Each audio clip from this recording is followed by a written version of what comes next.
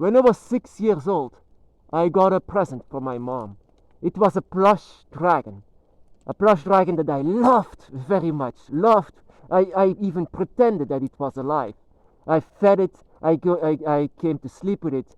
I just hugged it. I just thought and pretended that this was a child of mine. That this was my child that I have to feed and nourish. That everything that I do with this dragon plush was just for real. And that I didn't understand that it was actually a plush and not real. In my experience, this dragon plush was alive, was truly alive, really alive. Of course, after a while, I became an adult, and after a while, I came to understand this is a dragon plush, this is not real. And yeah, after a while, I just ditched a bit because it seemed ridiculous. But even after adulthood, I could not stop thinking about my dragon plush. I really wanted to be with my dragon plush once again, because every night without it feels empty, feels that I'm missing something. Objects, my brothers and sisters, objects that are sometimes real, sometimes in the mind, sometimes it seems real. Sometimes when a child has much imagination, so they say. So whatever they are giving to a dragon plush or something that seems so very unimportant is sometimes giving energy to something that is not real. There are many stories about cursed objects, such as the dolls that are cursed, dolls that are moving on themselves. But that is just because children, most of the time children, gave a lot of energy to them, a lot of love, a lot of energy, a lot of spirit to them. And that is what is actually happening. That is what people just don't seem to understand. But if you are on a spiritual path, just like this, and you have something that reminds you of something that you love so much, then this is going to be real. Because this is not just an ordinary plush. This is going to be real. It's going to be surrounded by the energy that you give it. That is with everything that is not really alive, but that you really, really love very much. It seems unimportant. It seems not alive. But what is surrounding it? That is what you are giving it. It's not really that it's going to have a life on itself, but it's what's surrounding it. That is also what the other so-called cursed objects are doing. They are just surrounding it. They are surrounding the entity, the object, and so it will become much more alive. So that just lifeless objects become alive. That is the reason why the witch, in the beginning of my path, I came to visit a witch all the time, and she was saying there is an enormous power behind you. I said, oh, okay. And she immediately gave me my necklace, this necklace of the dragon. This was not bought. This is something that was given to me. At the end, it was pure silver that she was giving to me. But she was saying, there is something behind you with a lot of power. And she gave me this. I never even said the word dragon, but she was handing me over this. I said, I cannot take it. Just take it. It will help you. It will help you very much. And it did. It did help me very much. Every time when I was just doubting myself, every time when I was just saying, maybe the dragon's path is not mine, then I feel the image of the dragon on my chest. And every time when I did, I felt the dragon and I felt the energy within. The energy was becoming alive every time when I was holding it. Every time when I needed it in my life. When I was just in my life, I had a lot of darknesses, a lot of doubts, a lot of bad moments. And every time when I just took it in my hand. And I was giving it a lot of energy. So surrounding it. So it was energy was surrounding it. Draconic energy that I was giving it.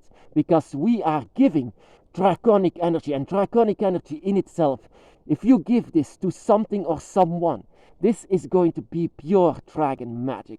This pure dragon magic that you donate to something or someone will always have effect. Always. no matter if it's alive or not. So I'm actually a 33-year-old man, still sleep with a dragon plush, still going to the forest with a mask on, sometimes even without clothes. Speaking of clothes, there is something else that I want to say. I always wear black, always, all the time, ever since 2005 when I was awakened. When I was awakened, I just wear black all the time. This was my thing. Not to sound or seem like a witch or something cool or something, but every time when I did another color on my in my clothes, it didn't seem right, because the first dragon that I met was a black dragon, and I didn't know back then what it was, but it's your eyes, it's your energy what is going to see, it's not really going to be a very much a black dragon or a blue dragon or a red dragon. This is the energy what your eyes can see. Your eyes will color the dragon eventually. And every time when in the beginning, when I saw my dragon, when I closed my eyes, I saw a black dragon. And now I know what black means. And why I always had the urge to wear black. Black, my brothers and sisters, is not one color. It's all the color at once. If you have black, it's not going to be a choice. And that is what the dragon's path is. It's not a choice. Whatever you are doing, it's always going to be black.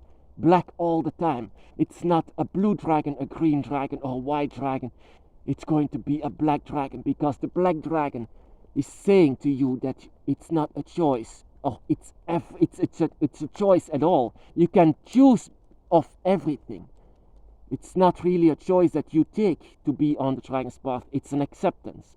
But in the dragon's path, whatever you are doing, your possibilities are endless. And that is what black means. The possibilities are endless. And that is why I wear black, to neutralize the energies. Because I didn't make a choice to go on the dragon's path, but I choose to accept it. And once I did, everything that happened was my choice. And that is where my black stands for. Not to sound cool. I don't care to sound cool or something like this. It is not to sound cool. It is just not. But I more and more understand why witches of the old wore black back in the day. Because they didn't make a choice. They made an acceptance of what they are. And once they are doing it, that is why I wanted to say to you, my brothers and sisters, the dragon's path. There is no such thing as a priest. I am just someone who explains my experiences, but I'm not some kind of a priest. Those do not exist on the dragon's path. On the dragon's path, it is you and your dragon, and that is where it circles around to. This is where you have to focus yourself on your dragon's path, and your dragon's path alone, and your dragons. This is actually, a lot of people, I fear for the day that someone will say I'm a dragon priest and everyone will follow it, because that is not it. It's about you and your dragons. And whatever you are doing on your dragon's path is up to you whenever you are listening to your dragon. If you are listening to them, just know where you have to go, because this is the voice where you have to listen to.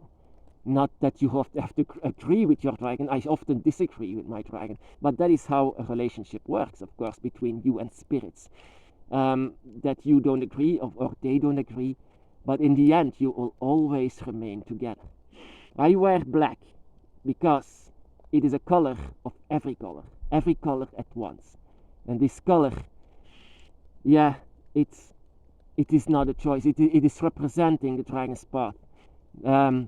You have all the choice if you need. All what you have to do, it is just what you feel. Whatever you feel, and all where your energy is based on, that is what you have to feel and have to follow. Because that is your dragon's path. Your choice and your choice alone.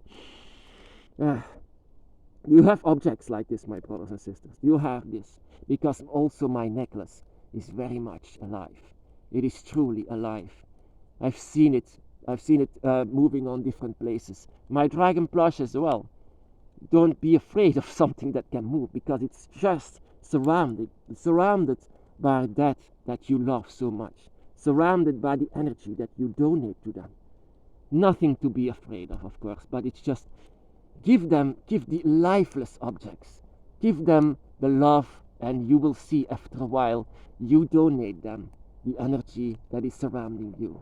If you have the draconic energy and you are giving it to them, of course they are going to have a life of their own, because they will also be surrounded by it, because you give them the energy. Of course, yeah, like I said, a lot of people say a 33-year-old man still sleeping with a plush. I don't care. I really don't, because in the end, I sleep a lot better with it. When I was 13, 14 years old, when I said, this is ridiculous, I did it. Every time when I was on a vacation or somewhere else than home, I could not sleep. I had to have my mind on the dragon, or I could not sleep. This was truly an event that I said I have to get my dragon plush again. And my phone is getting wet, so I will stop. My brothers and sisters, be blessed.